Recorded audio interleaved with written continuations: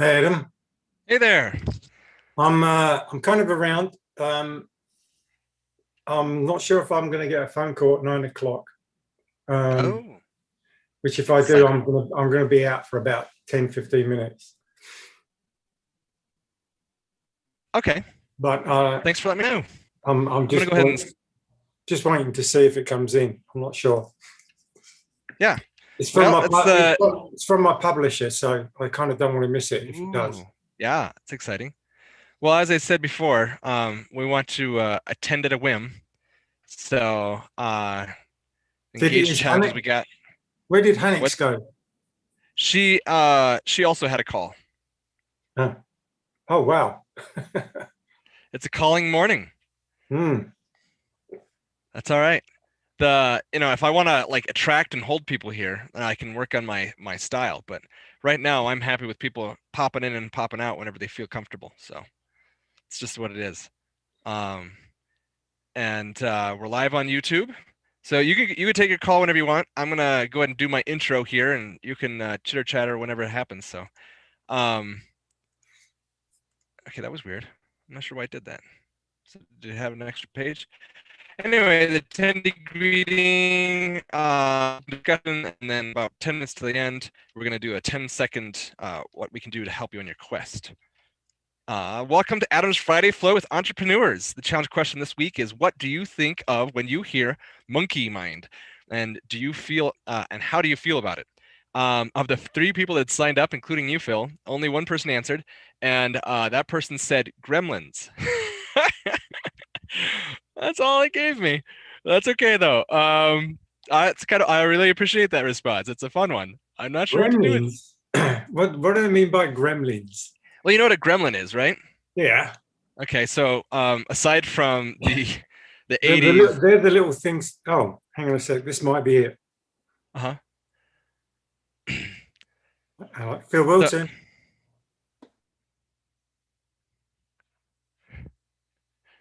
all right, looks like Honix might be getting back on, so I'm gonna roll with this.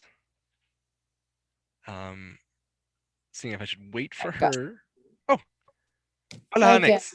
I am hung up because he's just kind of frustrated with his phone call, so I just Oh, to pull my hair off. no está bien, especialmente cuando habla con nosotros en español en los llamadas de scam. How do you say that? How do you say scam call? Scam. Scam? Oh, un scam. No, it's just I tried to figure it out because I don't used to have that. Yeah. Pues, there are words that I do not translate in Spanish, so there are many Yeah. words. So. Yeah, like a computadora is like, well, it's a computer and with ora on the end. Yeah. So the challenge question this week is what do you think of when you hear monkey mind, and um how do you feel about it? And the one answer I got back was gremlins. And so Phil and I were discussing what gremlins were, but he's online. Do you know what a gremlin is? I have no clue. So, all right, well, let me look this one up real quick. Well, how about yeah, I think I'll look this up because the answer's been brought up, question's been brought up. Let's see here now. I'm going to share a new screen. What do I have here that I've got that I can pull up? Oh, that's surprising. Oh, here we are. Okay, so this is me setting up for the next one. But I'm going to pull up here Gremlins. So there's a couple ways. So for most of us who were watching movies in the US in the 80s, we think of a particular image, but it comes from a European, I think Norwegian, I'm not sure, practice of thinking of these critters. So this is the movie, and these are gremlins. They are bad guys that transform from this soft, furry guy. So that's not what he's talking about. So let me see if I can find out. Mythical, because yeah. So they're like these these little critters that used to be like your socks were stolen. Like, you know, the whole joke that you lose your socks when you put them in the dishwasher.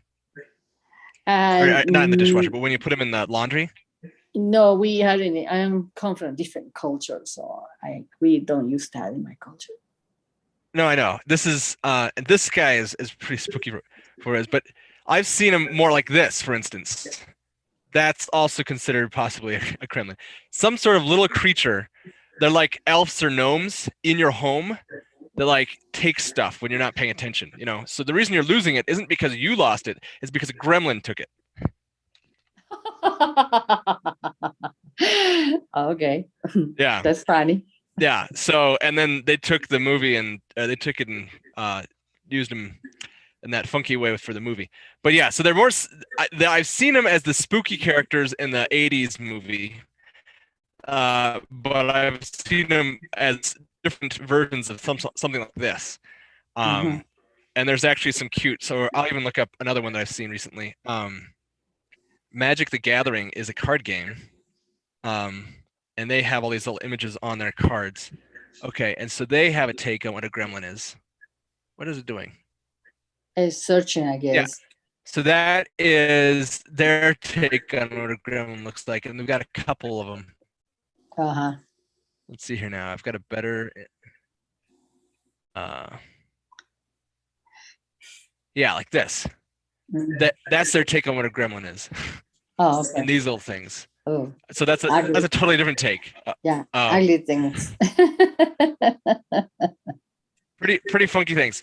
Anyway, but yeah, the whole idea is that there are things in your house that steal stuff and take things away. You never see them, but they're the reason that things don't go well. You know what are my gremlins called in my house?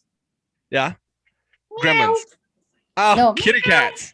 My cats, they take stuff from me, and I can have a pen. Because they disappear all the pens, and they just, when I see it, I say, oh, how they are playing with my pen. Those are my gremlins. That's funny.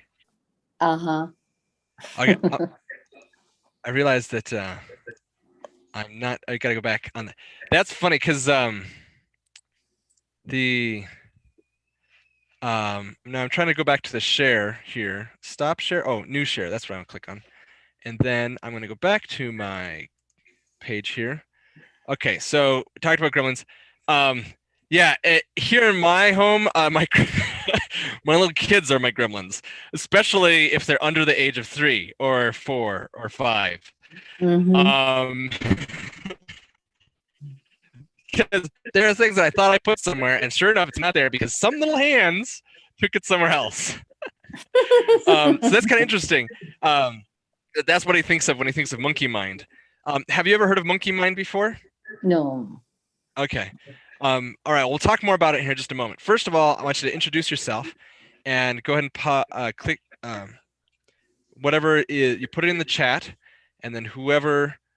Come on, guys. You already know me. So, okay. Yeah. This is just more for routine.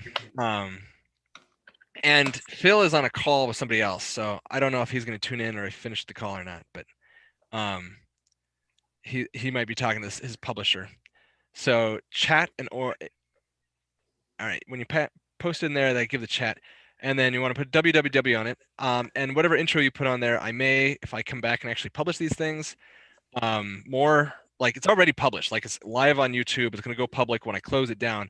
But then the plan is that I'll eventually like make the time to, after each of these, actually take the chat and post pertinent stuff on YouTube. So unless you say you don't want it published, it might get on YouTube as well. Great, thank you. And then so you're gonna give your name, you're gonna give how your business works, and then what quest you're on in your business. And so what's the quest? What quest? Yeah. And with the quest, you're really trying to answer something. And so what is the question of your quest? So that is... The question of my quest. Yeah, and this is kind of interesting because the quest, some people have, or one of my clients said, he said it sounded new agey, like it's like some sort of, woo-woo thing or something like that. And I'm like, No, it's more for fun, but also because, even if we don't realize it, we're on a quest in our lives. We want to do something, right? And we're after figuring something out. And some of us become conscious of it, like by actually thinking about, okay, what am I really trying to focus on? And some we just sort of like fall into it, like, well, this seems to be what I'm doing. And then later on, if you are start paying attention, you're like, well, the whole time I've actually been focusing on this one thing. And it's not like a new agey thing. It's just like, you have tendencies, and you tend to, either it's a biological thing or a social thing that you say, this is really what I want to know about. And you get kind of start heading down a track. So let me see here now. I'm going to go ahead and share my page. And I'm going to new share. I go to that page. Maybe I did it right. That's the one you're talking about. I did it right in the chat. Yes, I think so. I'll double check here. I didn't open up the chat and look. I just knew that you posted something. It looks good. HTTP:/. I did it again. I did. Yeah. When I submitted, it breaks it by itself. That's the problem. Weird. Because I type it correctly, but when I said enter, it breaks it by itself. Oh, it probably does it while you're typing it, like auto chat correct or something. I don't know. I don't know what it does, but every time I do, it separates the words automatically. I didn't do it. It just the iPad did it. Okay. So for those that might be listening to this later, what happened is it broke up Honixlife to 2 different words in honixlife.com. So I'm fixing it, and then I'm going to, so I'm looking at it, it's all good. And now I'm going to save chat, post, I push enter. Okay, there we go. There you go, Honix. Mm-hmm. All set up now. That is awful. It keeps doing that to you. It keeps doing it because I being careful, and every time I send it, it just does it by itself. Just for experiment, try it right now. And again, one more time. Yep. Try it again, but before you send it, pause a moment and look at it. Oh, wait. Okay. Do the exact same thing you did before.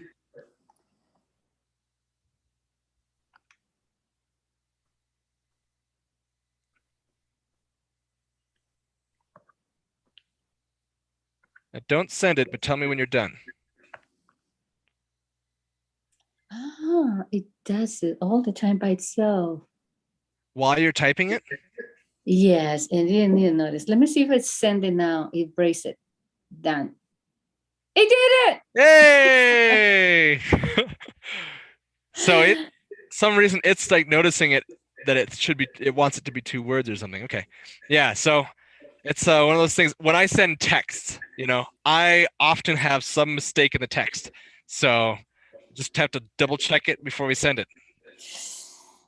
Yeah, but I was not aware that it breaks it, but after I type it, it just like it separates. When I finish typing, it pops them apart. It yeah, I don't know why it's doing that. Our computers trying to help us out. Yeah, ruin us out. That's right. So here's my website. Updating it. We talked last time about what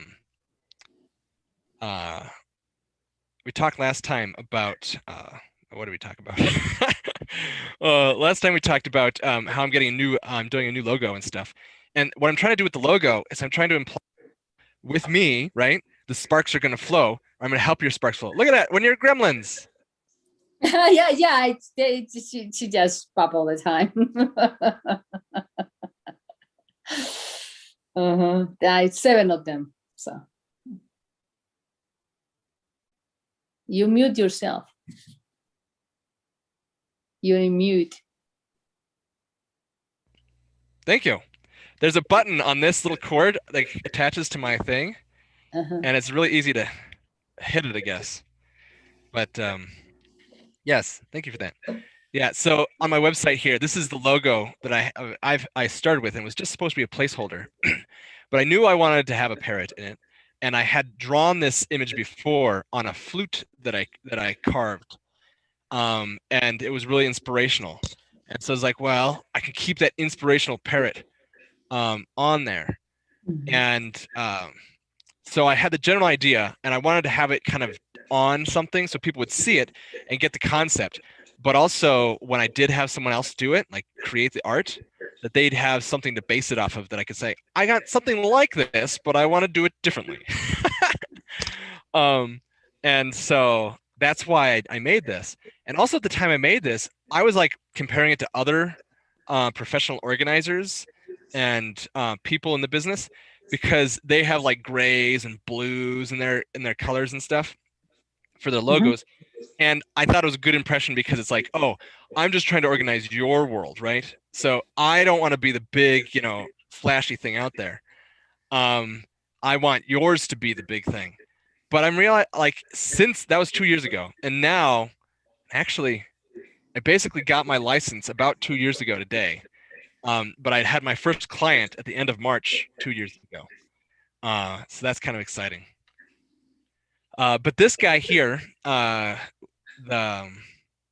so now I'm like going for more of a flashy thing. And I showed you last time the examples. So I'll pull that back up. It's on the slide. It's a new share. And I'm showing this because it's kind of a thing going on in my world, and it's kind of fun to talk about with people. And I showed you these. Move some stuff out of my way. SparkFlow. Mhm. Yeah.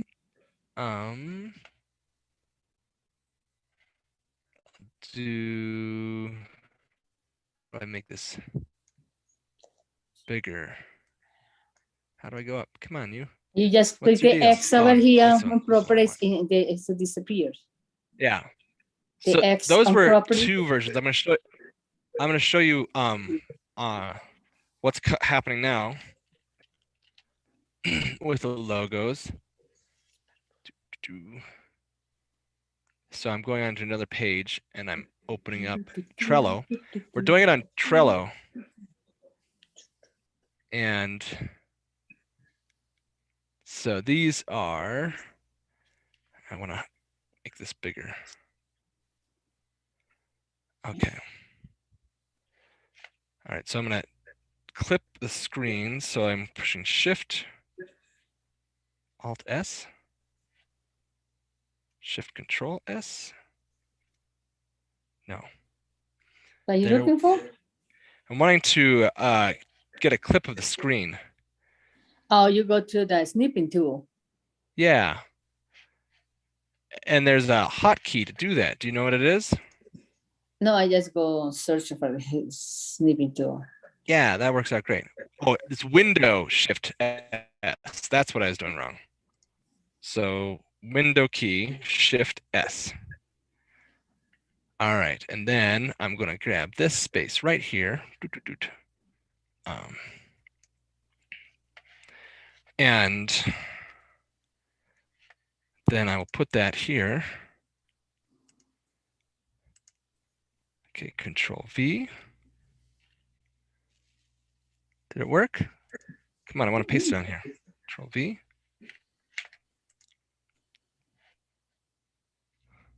Window Shift S. I've got the clipping tool. I'm going to copy this thing. Where to copy it to?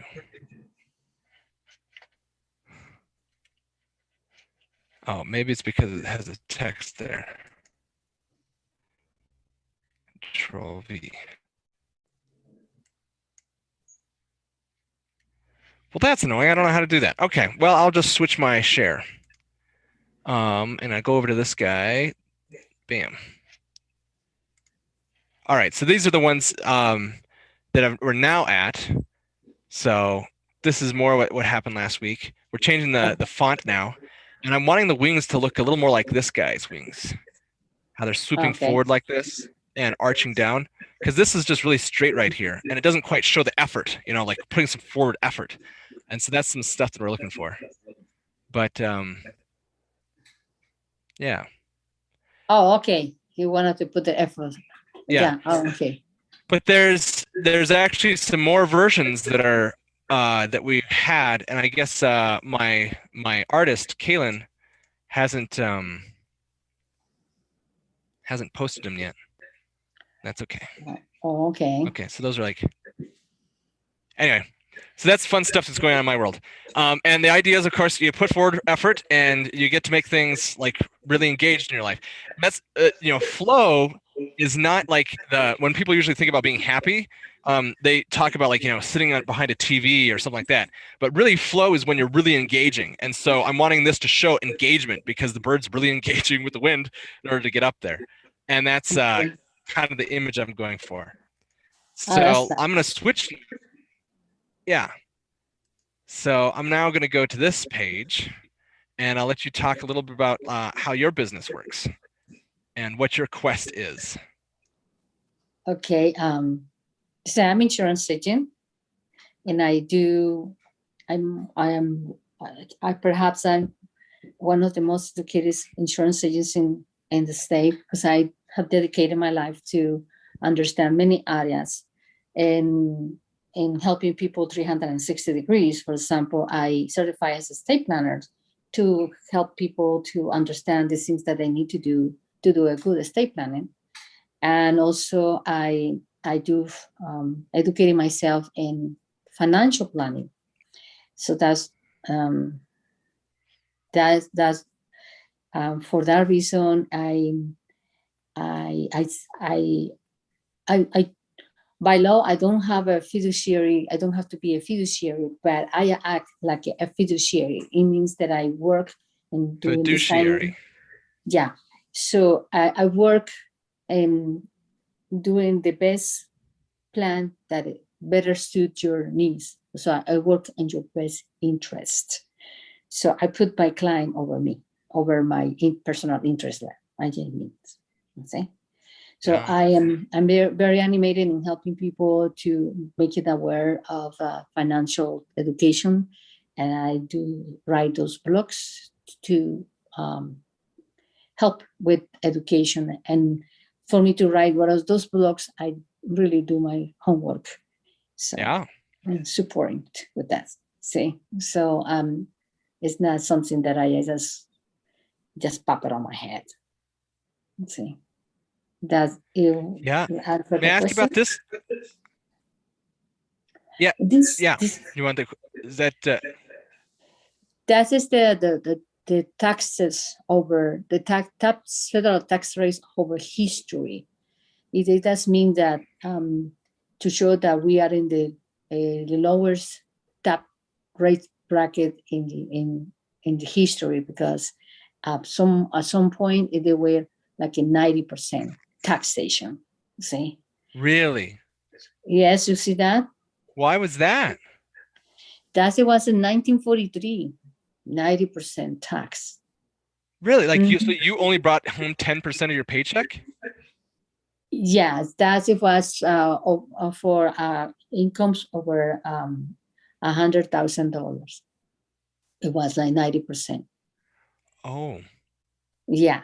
Oh, so this is for $100,000 equivalency. Yeah. Oh, okay. So that is the top rates over history. People who make the top rates. For the lower rates, I don't know how that history, but I pretty much in the 90s, 60s, 70s, and 80s, they were really high, about 50% for everybody. So you only have from your paycheck, only you use half. So the reason I want to show that is because and also in this area over here, in this 60s, I have another study where it shows that the inflation rates are like, my God, so high. So right now what I'm happening is, what I'm trying to make people aware of that, is that we have a crisis on COVID. And then we have about about $27 trillion they can give and take of debt. But that debt that is showing in the national debt clock, that debt is only what is in the books. It's not showing what it is due, the coming, like the Social Security and Medicare that is coming. It's not the distributions, and there is no money. Right now, between Social Security, Medicaid, and Medicare, it's about 90 cents on the dollar. So as more booming, boomers coming in, so it's going to deplete more and more and more and more and more. And the tax laws, this tax law will end on January 1st, 2026, where the taxes are going to be lower. And because all this accumulation of debt that we have, plus the stimulus, plus everything that's going, so the only way that taxes are going is up, because we need to pay for everybody's, to sustain the country. We must increase the taxes. So I'm reaching out to people. You better start doing your planning today, so you pay your taxes today, so you don't have to pay the highest taxation on the harvest. You pay better on the seed than on this harvest. That's pretty smart. Yeah, that's helpful. And it's helpful. And I do the whole planning. I do the projections and do the forecasting, and I find your retirement number. What is the retirement number? And I do the projections. I do reverse engineer or reverse calculations. And I say, okay, for you to get this goal that you have in retirement, we have to start saving that much. And the tools that can project better for that are A, B, C, or combinations of A, B, C, or depend what is that you have. So I have to do the whole mathematics. So the first meeting is just to get the facts and get that information and understand the goals of the persons. With that, I go and do the study. And then after that, I show the person the study of what I did and what is the options. Then we might do this so what is the optimal, medium, or maybe, conservative. So it depends what is the person's goal. And so I will have it in the range, the ultimate goal, and, and what is just the minimum standard you will leave. So I will do something in between, and I do the comparison. It's a lot of work. Yeah, that's intense. Yes, it's intense. No, but I understand no other agent does that I know it, the way I do it, because I put a lot of work. And I don't put anything in softwares and everything. I do the calculation real time, and I use my tools. I don't because I don't want a software to give me something that it is not what my client wants. No, like they want to do the first suggestions, but I do want to do is what the client wants specifically. So I do, after that, I have to research several insurance companies and see which is the company that is going to fit the best with this goal, because not all companies have the same. Yeah, that's cool. So unlike other tax preparers or tax advisors, you focus on the effect it'll have on retirement. Yeah, is the retirement that I wanted to focus on the retirement outcome that, and I work with I don't work alone. I work with people who has a lot of knowledge, because I've been working with that. So my legacy to my client is that I did the best that I have for them, and they are going to be set. They are going to be just fine with that plan, and I follow every year. So I follow every year for the plan. That's cool. How do you Well, like thank that?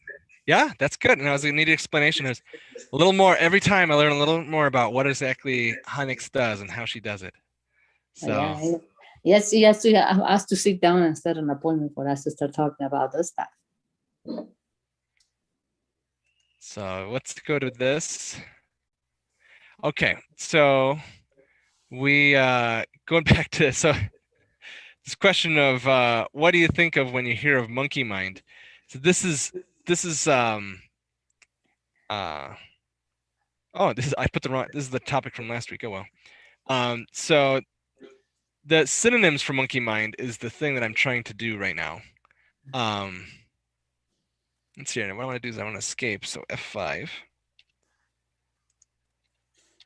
That's next week. End show. There we go. Screen sharing has stopped because shared window is closed. Okay. So I'm trying to use, I used to use Google. Mm-hmm. Google Slides, and I'm trying to use something else because Google Slides is really kind of laggy. It takes a while. Whereas if there's it's some hardware on your actual computer, it's easier to present with it. So I'm trying to use this. I'm in a meeting. Yeah. Uh-huh. Okay. So let's make this the whole screen.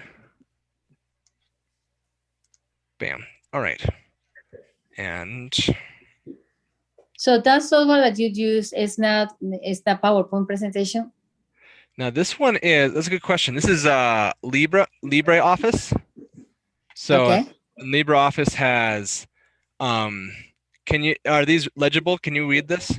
Text document, spreadsheet, presentation, drawing, formula, database, and so this would be like Microsoft Word or Google Docs.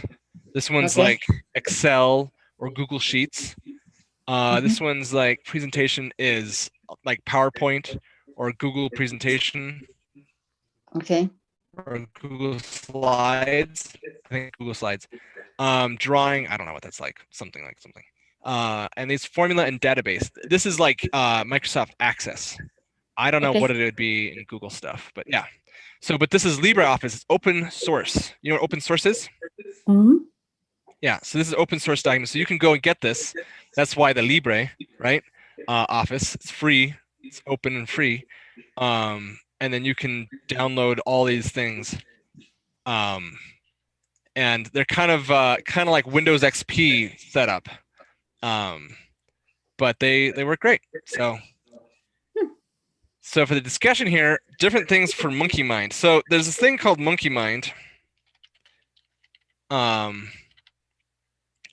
It's kind of called Monkey Mind is one thing people call it, but just basically it's when you're really not thinking, you're just sort of like, bopping around and not focusing. I think I got a monkey mind. Yeah, and I got a monkey mind. So is there like too many things going on? Yeah. Like right now there was a call that was coming in, so my brain wasn't really with this. It was like everywhere. And so I don't know what you call the other ones, like human mind versus human. I don't know what you call it. But there's in a neuroscience these days, and you know what neuroscience is? So yeah, brain science. It's now called. There's a thing called System 1 and System 2. So System 2, and so System 1 is another name for monkey mind. It's like what happens when you're vacant from whatever you're trying to pay attention to, because 95% of your brain is actually if I put this in like a chart, it would work better, but I'm just going to do it this way. So this is like, they used to think that it was like 40%, 95% of what you do is done by your monkey mind. It's done by System 1. and then you really have control over, like actually paying attention to and making a difference on maybe 5% or less. And it is much less for some people. Oh, Yeah. So when I ask you, yeah. I see. Yeah. Okay, I turn it off. So yeah, that's fine. Yeah, it's fine. What do you call it? Oh, now I've got an echo on your space. Is there something that changed? No. Oh, okay, there it goes. All right, so yeah, so with this, you can attend at a whim if you want to answer your phone and stuff. That's cool too. So I'm not really not bothered with it too much. So the 95% and 5%. Yeah, so people often will have like less than 5%, and that's one of the reasons I ask about the quest, because I'm trying to tune into your brain, what in your brain is actually focusing on what you're trying to do, and how much are you just going by autopilot. Oh, I need to eat. Oh, I need to sleep. Oh, I need to, oh, I want to go, do whatever. There's like gut things, basically human survival stuff. Yeah, and one of the problems that I have when I'm studying is I wanted to study. I wanted to concentrate. Yeah. But I started getting tired, and then I guess like so I get anxious and my mind started like boom boom boom, and I need to focus. Yeah. It is a fight. It is a terrible fight with me and with me against me, and it's like, my God, concentrate. It's a lot because I have to concentrate on doing the PNC license, and that thing is so dry, and it just made me tired like in 5 minutes.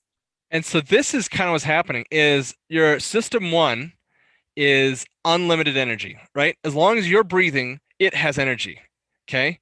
Whereas system 2 has a limited amount of energy. Like if your body had to make a choice between one or the other, it's going to choose system 1 because that's keeping you alive. System 2 messes with you. And so when you're studying, you're using up your system 2 energy because you're focusing on this thing when you really want to be doing something else. And that's willpower. That's like that's when you're really trying to do something, changing what you are doing in the world. That's system 2 stuff. And so studying is learning new stuff, putting new things into your system, as opposed to, like you said, like, going to go eat or whatever it is you're being distracted with is probably something from system 2 or system 1. So, and you're running out of energy. So at that point, a good thing to do is, eat some energy stuff, like if some people, protein is a big thing for them that helps them out a lot. Carbohydrates are okay, especially for the short term, but it gives your orange juice, it gives your brain a little more energy, a little boost so that it can stick with whatever you're trying to do. Yeah. So keep yourself well fed and sleep up. Otherwise, system 2 checks out a lot more often. It's also called the zombie brain. Which, by the way, has an interesting history. I say interesting; it's actually very sad. It's sad in what it was. It's also one of the big pivotal things to why we hit the Industrial Revolution.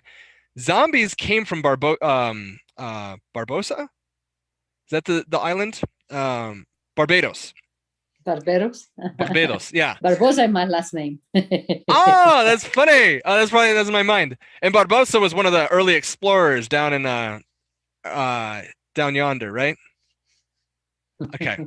But Barbados, which is like I think an island off the side of the east US here. Anyway, they had slaves and they were doing sugarcane. It's funny because we're talking about having energy and they're doing sugarcane. So, it used to be sugar was like the thing for like rich people or, really rarely used because of how expensive it was. But they started making these processes to do sugarcane and things like that. And they would have these slaves break them down so they just do one task along the process of breaking down the sugarcane into what it was. And since they had slaves coming in, being imported from Africa all this whole time, they really didn't have that much concern for their, for the sad term it was, the livestock they had. Like the people that they were there weren't people to them. They were just a tool. And so they would like run these people to the ground. There was obviously no worker rights. They didn't have limits on how much time they had to put into this thing. But the thing is once the slaves had been doing this particular activity, like, you know, thrashing them, the sugar cane, or crushing it with a wheel, or whatever it was they were doing, after they'd done that a number of times, it becomes part of the system one. Like they don't have to think about doing it, and which was, you know, great in a very sad way for the owners or the business runners or whoever was in charge, the slave masters, because then they could run these people as long as they want, and they would be able to do the task with their system one, but not with system two, because they didn't need it. They already knew how to do it. Their body was already doing it. It was easy for them to do it. And of course, what happened then is they didn't get enough sleep, they didn't get enough food, and so system two basically disappeared. And they were really virtual, like walking zombies. And it's a mix between, you know, these people are walking around with basically no brain, and then the sort of the voodoo and different types of religions that came. And so this idea of zombie came from that experience and entered into like our vocabulary and our cultural mind through that experience. So it's really sad.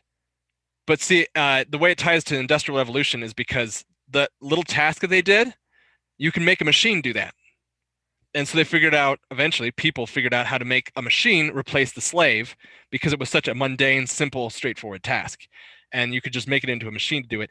And then when you get enough of those machines together, you have an industrial machine that can make stuff happen quicker and easier than, you know, killing a bunch of people and making them into zombies.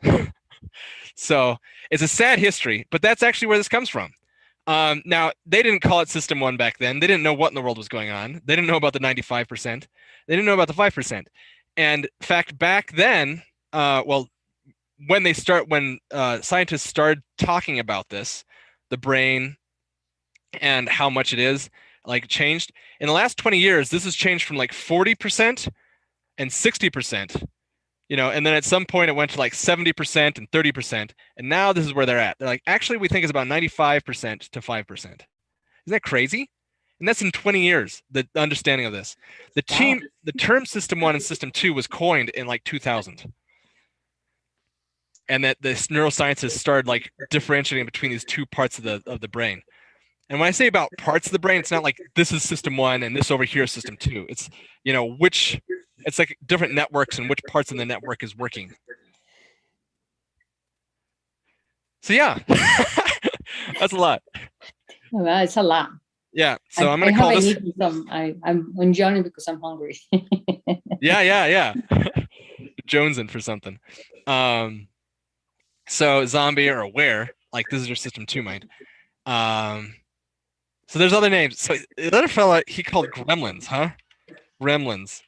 So I was telling you that the mythical gremlin is like a little elf or something in your home, little creature that's stealing and taking things. And that makes sense too, because you're not aware most of the day. There's you actually are paying attention only a limited amount of part of your day to what's going on. Because if you think about it, you know, you really don't. There's certain things you've already forgotten about the rest of the day. But even right now, I can't pay attention to everything going on in my world. Otherwise, it would use up all my System 2 energy. So it's limited to just a narrow vein of stuff that I'm actually aware of. And most things are just being run by my System 2.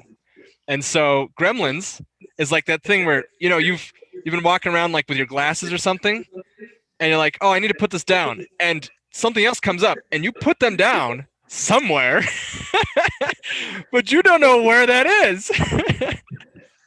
That with the pen, I put it in here, and where's the pen? The pen. Right. That's your It's System right there. 1. That's your System 1.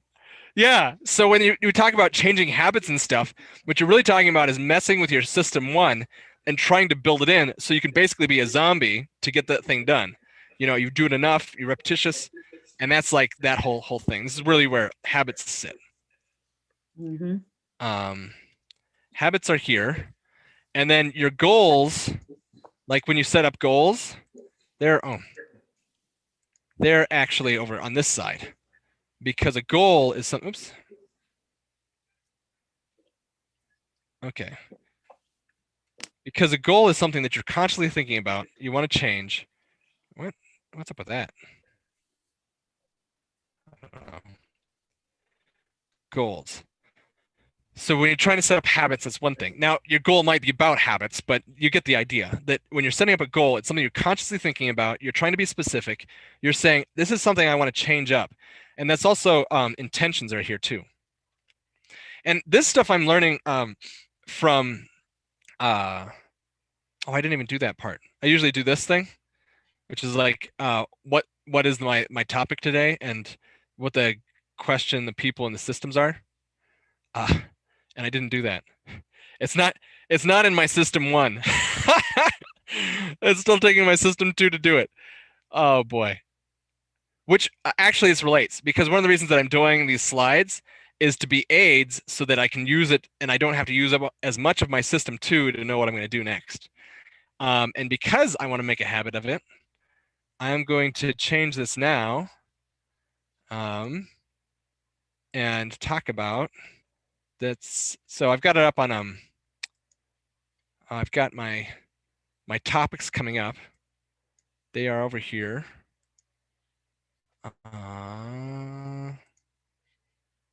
Okay, nope, not that one. Where are they? Oh, I know where it's at. Okay, so I'm going to share this slide just so you can see the background workings that I'm messing with. Is it this one? No, that's the one I said it wasn't. Somewhere. Got this one. Oh, let's not do that. That's the YouTube. Oh. So I've got too many windows up right now. It's probably because I didn't prepare myself. I didn't get myself in a good place to make this happen. Why isn't it giving me the option here? Show all windows. Oh, that's why. Is that the one? Oh, this is confusing. I'm sorry, guys. I missed most of that. That's all right. Oh, great. Here we are. All right. So here's the video. Hello, Phil. But this is Annex. system 2. What I'm doing now is I'm doing a little catch up. Oh, AWL. So this is, okay, so the topic today was this one. What are the syndrome? So we've had neat conversation. Hunix kind of told a little more about how she does her tax stuff. Oh, I wish I'd have been there. Yeah. Oh, and you guys could talk about that sometime off screen too. How was your meeting? Pretty good. I spent the last 2 days just going through the whole book from beginning to end, and I'll put together an 18 or 20-page Word document of amendments that need to be done. And so we're coming into the final stretch. We still don't have a book cover, but I did give her some other ideas of what I'm looking for on book covers. And she's going to have a word with the graphic designers. And so in the next 10 days, I should have a fully edited and completed book. And we just now have to worry about getting the cover design done. Well, that's good. So hopefully in April, I get to publish. April. We're now in April. So the other thing I've got, I don't know if I told you, but I signed on to Catch a Fire, which is a voluntary organization. They use LinkedIn, and they're looking for executives with all different skills that can volunteer to help nonprofits and early startups and things like that. And so I thought it'd be interesting to kind of look at that. So I did, And one of the projects that they had, or there's two projects there, and I applied for two of them. One was with a company, a non-profit in Pennsylvania called Protect PT. And the other one was a foreign company that wanted to know more about SWOT. So I thought, well, that's an easy one to do. I'll definitely go for that. Anyway, the SWOT one decided they would look at somebody else, and I'm okay with that. But the Protect PT people in Pennsylvania, they did an interview with me. And what they want to do is they want to implement a strategy to refocus the organization. And they wanted somebody to work with the board of directors and the two senior executives on how to develop that strategy. And so they've asked me to be that person, and I start later this month. That's cool. So you used Catch a Fire here? Yeah. Yeah, that's it. Yeah. Cool. And so what they do is they're a company that find executives that can help out, organizations that don't have a lot of money to do it. And the reason I went for that was because I am publishing my book on how to do this strategy. And yeah, whilst I've actually done it myself, I wanted to see if I could teach other people. So I purposely went for that opportunity, and I'm actually going to use what I've written about as a test pad for my book. Cool. That's pretty neat. Well, I look forward to hearing more about that. Okay, so I'm going to use my notes here, and I'm going to go back to this thing, which when you said about we were talking about the system 1 and system 2, and then we jump to slides. Yeah, what was that question you had? When you had said about monkey, and I didn't get all. You got what are the synonyms for monkey, but I think the question was something else. The immediate thing I thought of was, the monkey on your shoulder. In business, there's this who passed you the monkey, right? And how do you get rid of the monkey to somebody else? That's funny. So that's where my mind was going.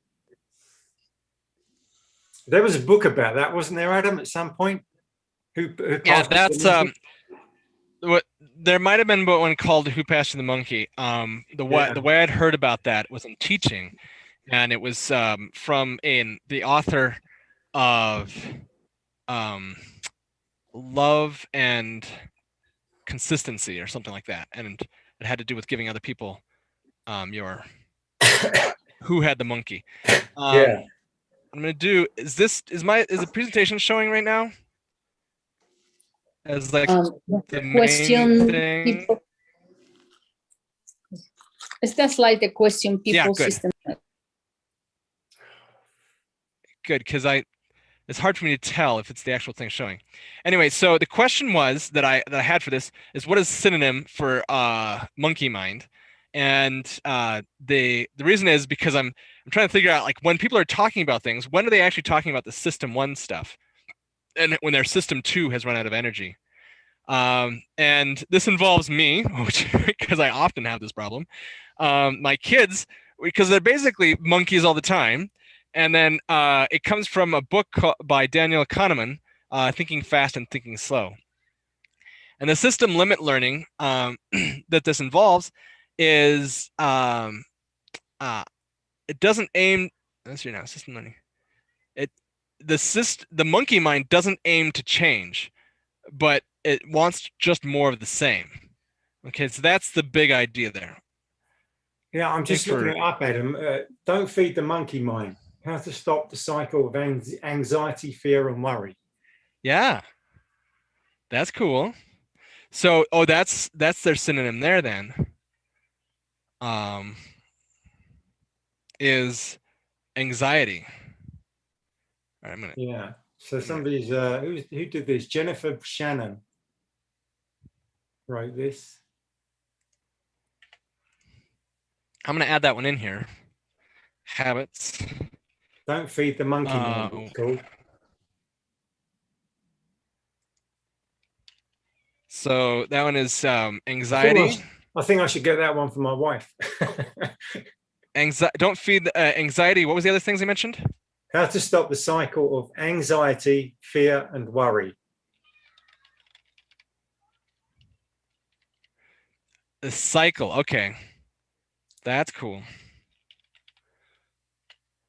Okay. And the other big thing there is that was said how to stop. So it's sort of change. So I'm assuming it's insinuating that your monkey mind is, if you're anxious or in fear or worrying about something, and you pass that on to somebody else, and then they're worrying about it, that's the monkey mind. That's interesting. So you're thinking of it as outside of you, as something other people are doing to you. Well, I think it's both inside and outside, because all right, so the AstraZeneca thing, they found more blood clots in England, so now we're going to feed the minds of the people that are already concerned about it, because we got more information that says, oh, that is affected, but and that, I guess, it's anxiety and fear, right? Yeah. You feed on it. So it's how you stop that cycle of feeding it or being fed it. That's funny. And so that's kind of cool. And on that topic, because this is coming towards the end here, and we've got about the 5 minutes left. So how can or it's something I could do in 10 seconds to help you with your monkeys, as Phil mentioned it. Something I can do in 10 seconds. Give me some remedies for my cough. Great. Actually, and they can't contain alcohol. Anything that you suck on will help with a little bit with that. So like if you just want a candy, or you could even just get a marble or something. I mean, don't use a marble, but like something to get your throat sort of salivating. Oh, that's an interesting concept. Yeah. The vaporizations were done. Vaporizations with eucalyptus, cypress, and rosemary, and they were fun, wonders. And also an orange. You put the orange on the stove. You put the top of the orange, and then with a spoon, you just mash the things inside, and you put honey in there, and after that you put it on the stove, burn it, and you drink the syrup. Oh, I'm going to try that. I've got oranges. I'm going to try that. That's like cool. That's great. All right, Hanik, 10 seconds to help you with your monkey mind. I wish I had something that when I study, I don't get that thing so overwhelming and that fatigue so extreme. All that fatigue. Okay, so what you do with that is set a timer for 20 seconds or 20 minutes. And I'm ordering a time timer, so these are really cool things. But set a timer for 20 minutes. And at the end of 20 minutes, take it could either be a 20-second break or a 5-minute break, your choice. From that, look about something, do something else, or set up a reward if you've accomplished what you wanted to get done in that 20 seconds. So you reward yourself at that moment. And in 20-second chunks. This doesn't mean you have to get up and leave what you're doing, but you can. And that way you'll come back to it, but you're giving yourself a chance to like refresh and regain composure. All right. Good stuff here. Next week is I Hate Feelings. You hate feelings? Some people are this way, like me, and some people are not. Some people actually enjoy feelings. I tend to hate feelings in general. Right. So how to motivate yourself when you're unsure what to do next. Yeah, and I'll talk more about it next week. But that's my topic next week. And here's the link right here at the bottom. But it's on Meetup. And so Thank you guys for joining me, and keep the sparks flowing. Yeah, sorry I was away, Adam. That's Okay. fine. That's why you can attend at a whim. They come and go, and it's all informal. Thank you, guys. Thank you. Have a good weekend. You too.